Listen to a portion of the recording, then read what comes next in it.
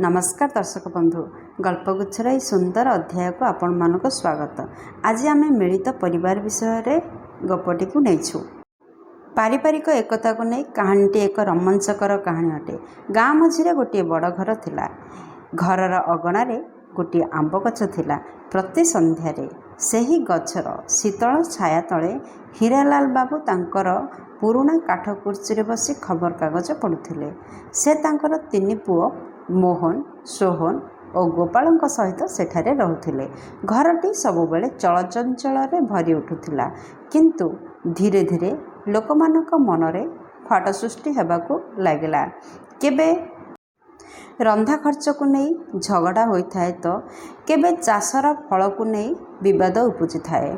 छोट छोट कथारे बहु माने परस्पर को कठोर कथा प्रयोग करुथिले एवं पुओ माने मध्य पूर्ववत तांक बापांकर परामर्श को मूल्य देउनथिले। प्रतिदिन हीरालाल बाबू देखुथिले जे एक समय रे हस खुशी रे भरी उठुथिबा घरटी एबे अभियोग और रागर गुंजन रे पूरी जाइछि। गोटे सकाळे मोहन कहिला, बाबा एभली एका संगरे बंचिबा आउ संभव नुहे। प्रतिदिनर झगड़ा सह मोर अंश नहीं अलगा हो जावा भल बोली मु भाबुची। सोहन मुंड हलाई कहला, हाँ बाबा एही लगातार झगड़ा किए भल पाए। गोपाल कहला, आपणक सम्मान पाई ए पर्यंत मु मध्य चुप रही किंतु आउ पारिबी नाही। राम सर्व हीरालाल बाबू सबु शांत भाव सबु कथा शुणुथिले। घर भितर नीरवता छाई जाइथिला। पर से धीर स्वर रे कहले, ठीक अछि पुओ माने जदि तुम्हें समस्ते यहाँ ही चाहूच मु तुमको अटकाइबी नाही। मोर गोटे छोट अनुरोध मानब कि? तीन जन मुंड हलाइले सम्मति देले एवं से गोटे भंगा थाली आनिले। सेमानको कहले जे एहाको ठीक कर। जड़े सूतारे भंगा थालीटी को बांधिबाकू चाहिला, आउ जड़े तरल महल लगाई थालीटी को जोड़िबाकू चाहिला, किंतु थालीटी पूर्ववत हेला नाही। ताहार चमक हजि जाइथिला एवं भांगी जाइथिबा चिन्ह गुड़िक स्पष्ट जोड़ी बारी पारी होउथिला।